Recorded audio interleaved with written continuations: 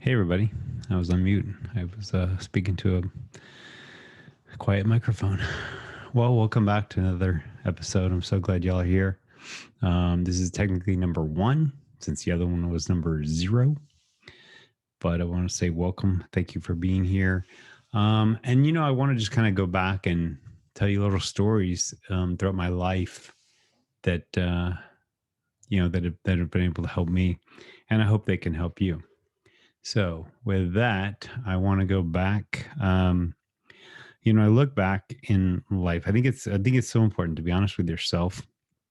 And I think what you have to do is really understand kind of where those thoughts or feelings that you have came from. For me, I think for so much of my life, I was so insecure. Um, I just didn't have any confidence. And as a result, I quit so many things prematurely because I just didn't believe in myself. Um, and then even as I got older and became an adult, if I started to have any kind of success, it resulted in, you know, I doubted myself later on, or I don't know what I'm doing. I got lucky. And that's your imposter syndrome, where you think that you're not as good as you really are. And it took a lot of, years to kind of figure that stuff out. But what I realized, and this process took me several years to develop within myself. But what I realized was, these things are ingrained as a young child, and basically everything to a child is traumatic, right? It affects you later on in life. And I've actually been able to look at things that's happened throughout my children's life, and I know how that's going to affect them. So that's good. I've got those. I'm prepared to help them as necessary in the future.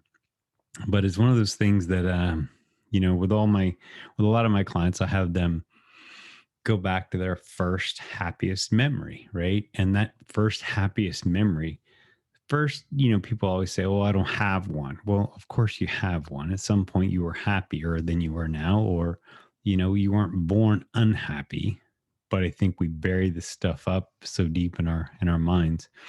And the thing is, you just got to figure out what that first happiest memory is and what that actually means to you.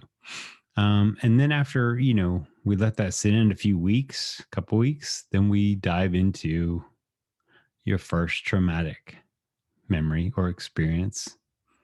And that's where things can really become unlocked with you. And when I did that, and I really kind of discovered in my head what that was for me, my doubt, my insecurity, my imposter syndrome was gone immediately once I accepted and once I um, acknowledged that it was there and why it was there. It was gone. It was gone that quickly. Um, and for me, it was I got several actually, and I think that's where once you uncover one and kind of deal with it, that then the next one comes in. Like they come in ready to be talked to, right? And mine was this, and it probably wasn't that traumatic, but to me, it was so traumatic, right? And as little kids, I don't remember the age. We were probably 10 or so. I really don't even know. But we were riding bikes, and I went to throw a rope to another guy, like on our bikes, like we thought we were cowboys or something, right? And it went across this kid's neck and basically gave him a rope burn across the neck. Well, that wasn't the story that got back out. The story was I was trying to kill this kid, hang him, and it was, everybody in town was angry at me. And, this was the story that was being fed to me from other people. And it wasn't the case at all. It wasn't like people even remembered after a month, even the kid that it happened to wasn't upset with me. He realized we were playing, but some of the parents were just going crazy. But that by remembering that, it made me realize I really was worried about what people thought about me. And that's where I was so worried about if I was doing things good enough, or how things were going. It was one of those things. It's just kind of ridiculous when you look at it. And it's just, I I don't know. It's just one of those things you have to deal with. But I think so many things as a child carry with us, we don't even know it. And I think that's so important to be able to, deal with that stuff. Um, I personally can now, after uncovering that, take that so much further in my life. And it's like it took me to the age of 50 to wake up. Well, it's okay to start fresh new at that age. I mean, I'm so much more experienced, I'm mentally calmer. I mean, it's just such a better place to be. And I don't think it's possible to do that. Where I decided it was the best thing to do to remember your first memory, happy memory, your first unhappy traumatic memory. Like, I don't know where that came from. I don't know where I got that. If I came up with it myself, I don't know. But it's one of those things, it's become so powerful. And so many people have a flood of emotions just based on their happiest memory. And so many people have a flood of emotions based on their traumatic, you know, memory. And even one of my most traumatic memories with money, um, instilled a lot of belief system within me. And it made me worry about, what people thought of me or didn't think of me or things like that.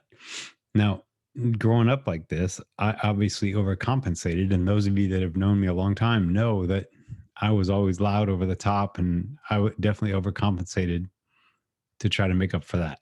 Well, that wasn't necessarily the healthiest way to go either. So, I think you really have to understand what you're feeling and kind of go from there. And I think this is so important. Um, and I think it just comes back down to, I mean, I've learned so many things along the way, and I credit, Mel Robbins, I credit Dave Meltzer. There's so many people, Jay Shetty, like, that have just changed my life. And one of the things, and I can see this in so many people by how they post things on Facebook and Instagram and Twitter, that it's so much more important in this world to be more interested in other people than try to be um, interesting to them. And just by understanding, when you post a message, are you trying to get the message out? Are you trying to get reaction from people? And so many people are just trying to get reaction, and that's just such not a healthy way to be either. Um, and I think that just comes back down to, like the trolls behind, the keyboard and the computer, who just want to yell and scream about all these little things. They've got to be very unhappy about things. And I used to want to always, get involved and kind of argue with people about certain things like that. And it's interesting, once you have that confidence and that security within yourself, that what you do matters, and it is about how someone else is feeling, as opposed to, you know, them caring what you're feeling, right? Like, that doesn't really matter. And when you feel better about yourself because you care for others, you're in a better place. And by being in a better place, you're going to a better place, right? Now, I'm not here to say that, there's a heaven or hell or anything like that. I don't even know. But I know firsthand, um, what matters on your deathbed. I mean, I got to see it. And it's one of those things that, happiness and quality of life really matters. It doesn't matter how much money you have when you die, because you're not taking it with you, right? But it matters what you were able to do with that money matters the most. So you have to I really, challenge you guys to look deep within yourselves and try to understand, what you're feeling, how you're feeling it, and kind of, base things from there. Um, Again, like always, if you would like to reach out to me and interact, you can always email me, Tim at timtarpley.com. You can find me on Facebook. You can join my Proven Strategies group. And that's the one of the best ways to interact with me on a regular basis. I decided years ago I was going to start to change the world, one positive post at a time. Every morning I post something positive on Facebook. And so that's become my thing. And, I get a lot of people are not on Facebook, but feel free to email me. I can put you on my list and email. I can spam you. No, I'm kidding. But I can email you and we can kind of, interact that way. Okay, guys. So on that,